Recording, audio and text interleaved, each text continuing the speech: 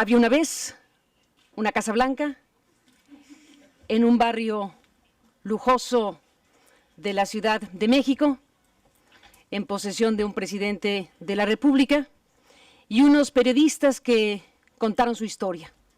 La historia terminó en censura.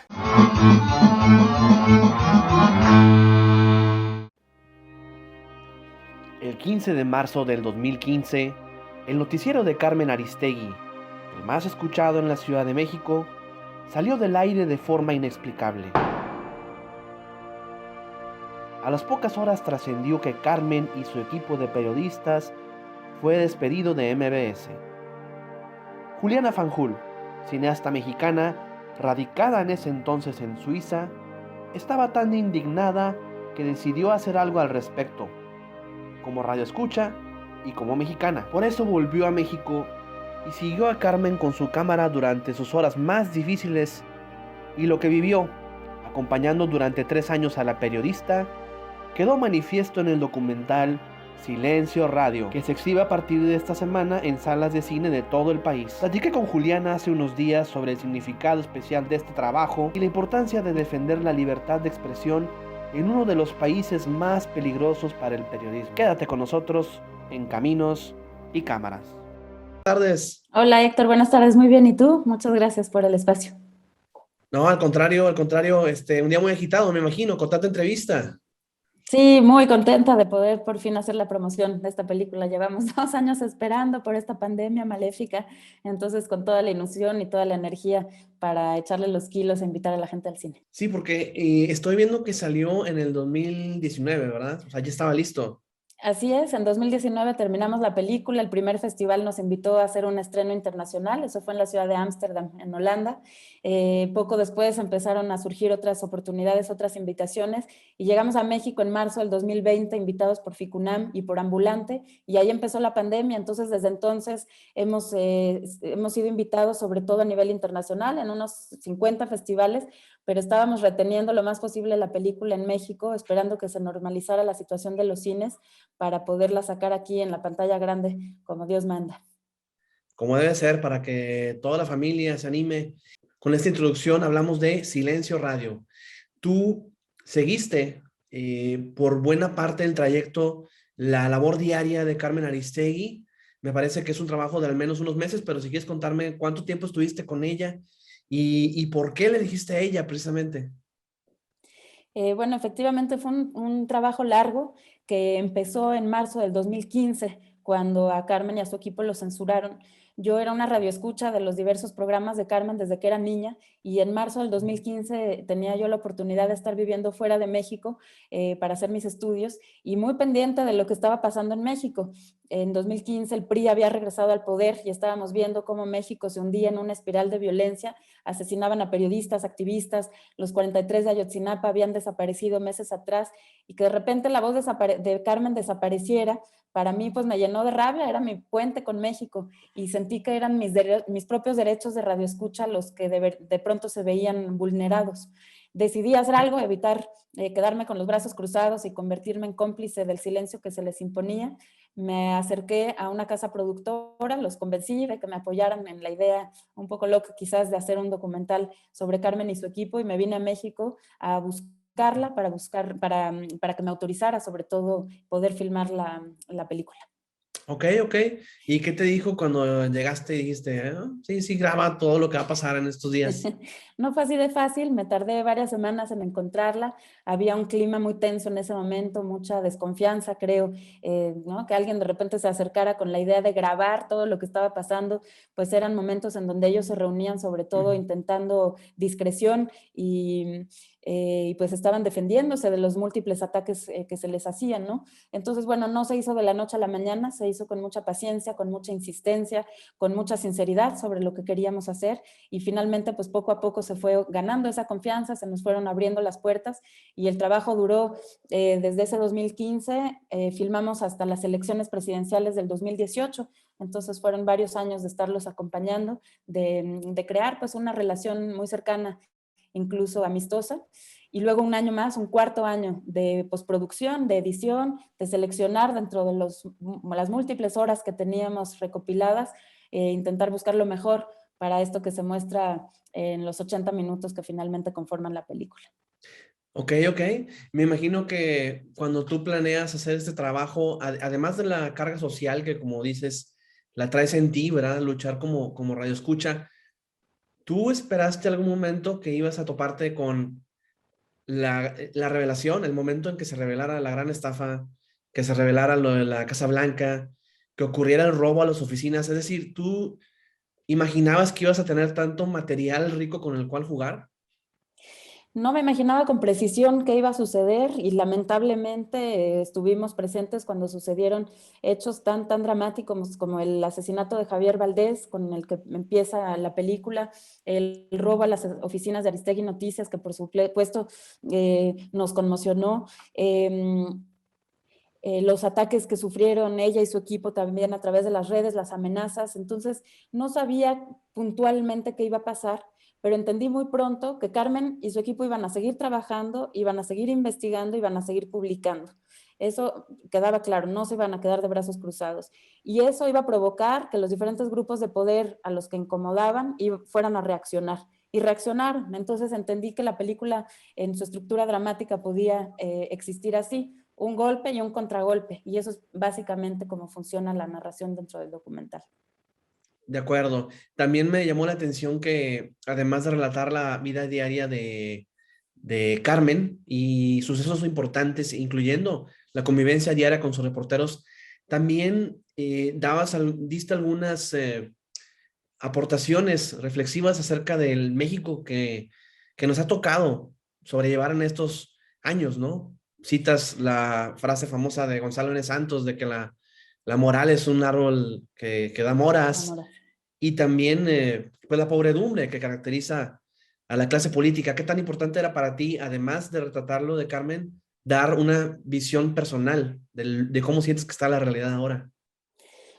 Pues sin duda fue una de las intenciones, intentar construir un ensayo cinematográfico que hablara así de esa historia de censura de Carmen y su equipo, pero que contextualizara no solo los ataques a los periodistas, sino por qué se dan, ¿no? Y entonces tratando de jalar la hebra y jalar la hebra, pues llegamos a eso, a la podredumbre de una sociedad en donde los vínculos entre los cárteles y nuestros gobernantes y nuestros políticos están realmente establecidos y tratando de preguntarme cómo vamos a salir de esta violencia es que llegamos intenta llegar mi reflexión y mi cuestionamiento a través de la voz en off que va narrando la película.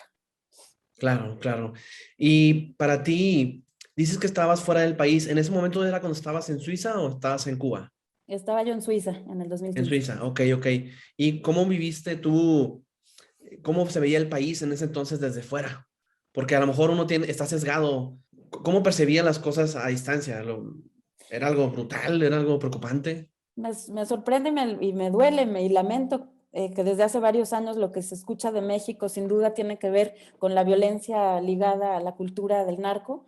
Se habla del ataque a los periodistas, o sea, continuamente cuando se habla del ataque a la prensa, México sale a relucir dentro de los países en donde hay más incidencia. El segundo país del mundo, cerramos el 2021 con ese número, ¿no? Segundo país después de Afganistán. Y de nuevo, pues no somos un país que se supone que esté en guerra, entonces los números son alarmantes.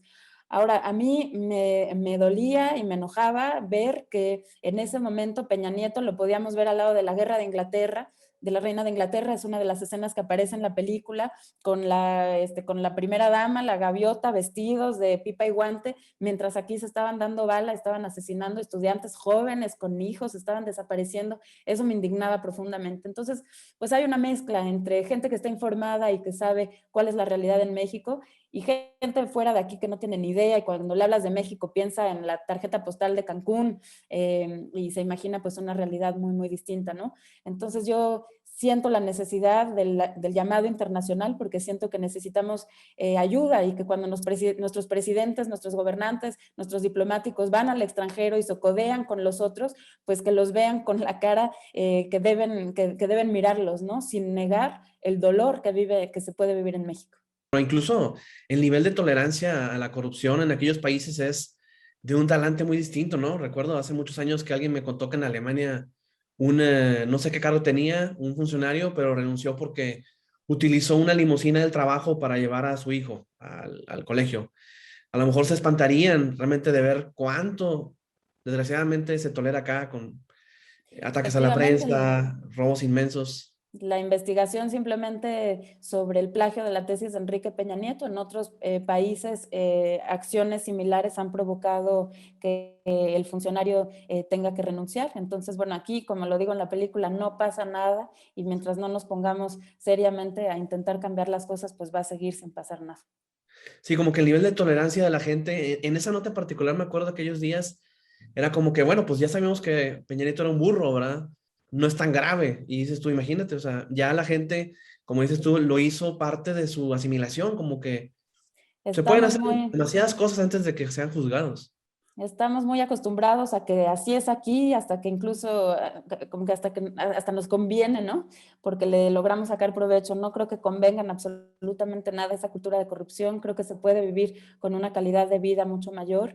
Y bueno, ahora como tuve la oportunidad de ver más de cerca otra sociedad como es la sociedad en Suiza, concretamente en la ciudad de Ginebra, que es una sociedad protestante, creo que también nuestra propia idiosincrasia de país católico que cree en el perdón y que cree en la confesión, pues nos hace pensar en que hay un paraíso a pesar de nuestros pecados y en ese sentido somos muy distintos de otras culturas como la cultura protestante en donde no existe ese más allá y en donde la gente piensa que tiene que portarse bien aquí y ahora porque no hay perdón posible. En ese sentido siento que lamentablemente nuestra cultura católica no nos ayuda. De acuerdo. Con el Para respeto ti, total, por supuesto, sí, a sí, los sí. creyentes. Sí, no, sin problema, es una reflexión nada más. Juliana, para ti, ¿cuál es la faceta que más te sorprendió de Carmen Aristegui y ahora que pudiste convivir con ella? Porque nosotros, la gran mayoría, conocemos a la presentadora, a la periodista inteligente, audaz, que no se deja amedrentar, pero para ti, ¿cuál fue la mayor revelación personal de haber convivido tanto tiempo con ella? Bueno, ciertamente esa enorme valentía que quizás ya se podía percibir, pero bueno, fue muy palpable estar tan de cerca y ver cómo se metían a las oficinas y cómo seguía y seguía. Había gente del equipo que renunciaba, que se echaba para atrás y cómo eso ella la hacía continuar incluso con mayor fuerza, ¿no? Me sorprendió pues que es alguien que sigue teniendo cierta esperanza y que cree en la justicia de este país, aunque yo diga, pero ¿cuál justicia? Y ella continúa diciendo, es que si no creemos no va a ser posible, ¿no? Alguien con un gran sentido del humor, eso también trato de ponerlo de alguna forma en la película. Carmen es alguien que está haciendo bromas todos los días y eso me sorprendía porque pues el ambiente a veces no está para tanto, ¿no? Y pues una mujer de enorme poder, creo que es consciente de ese poder, pero que trabaja con una gran humildad, es una persona muy sencilla, sin un aparataje de seguridad, por ejemplo, también me sorprendió y siempre manteniendo, siento yo, un perfil muy bajo a pesar del enorme poder que tiene aquí. Perfecto. Oye, Juliana, pues ahora sí que acercándonos a la conclusión, ¿cuál es el mensaje que le darías a la gente que esté al tanto de Silencio Radio en estos días que está cerca de estrenarse? ¿Cómo deben ir preparados para escuchar esta visión de la persona que nos trae las noticias? Bueno, primero que acudan a los cines a partir del 20 de enero. Estaremos en varias sedes en diversas ciudades de la República, en las grandes salas comerciales, en Monterrey, en Cinépolis América Monterrey, en Cinemex Garzazada, en la Cineteca de Nuevo León, de Conarte. Entonces, invitarlos a que acudan ahí, cumpliendo, por supuesto, con las medidas sanitarias que se nos recomienda actualmente por causa de la pandemia. Creo que van a ver una historia en donde hay muchos elementos que ya conocen, ¿no? Del propio caso de Carmen, de algunas cuestiones que se vivieron durante el sexenio pasado, pero ver esa historia condensada en 80 minutos permite analizar las cosas de manera distinta. Hay un trabajo que yo intenté hacer de memoria, que busca hacer el cine y el cine documental en particular, que no se nos olvide lo que pasó para no repetirlo. Entonces, bueno, en ese sentido, también recordar una historia de censura del gobierno anterior, pero que sigue siendo de total vigencia, ¿no? El problema del ataque que sufre la prensa en México, como lo decía, es un problema de hoy del que nos debe preocupar y del que nos debemos de ocupar. Perfecto. Finalmente, nada más para retomar un poquito de tu historia personal, Juliana, ¿qué viene para ti después de Silencio Radio? ¿Te inspiró este trabajo para realizar pronto otro tipo de documental? ¿Estás analizando opciones? Sí, estoy ya trabajando sobre la próxima película. Soy muy supersticiosa, entonces todavía no voy a decir mucho, pero siempre muy interesada en estudiar y en acercarme a las problemáticas de lo compleja que es nuestra sociedad mexicana. Me interesan mucho las relaciones de poder, me interesan por supuesto los universos femeninos. Siento la responsabilidad como cineasta mujer de apuntar mi cámara hacia las personas de mi género. Entonces con eso es que estoy fraguando la próxima película, y siempre en género documental, que es lo que me apasiona. Claro, cuando vi tu trabajo me acordé un poquito, no sé por qué, del material de Costa Gabras, un ¡Ay, qué poquito por maravilla! ahí de alguien que trata de estar en el momento histórico. ¿Esa es más o menos tu influencia, Agnes Barda, o cuál es Agnès tu... Barda, magnífica y grandísima cineasta. Sí, siento que también, y lo cito en la película, el chileno Patricio Guzmán ha sido una gran influencia. Estar viviendo fuera de mi país, como lo hizo Patricio cuando tuvo que exiliarse tras la dictadura chilena, me ha hecho sentirme mucho más cercana, y de alguna forma sentir la enorme responsabilidad de involucrarme y de vincularme más, para contribuir pues, a una vida mejor.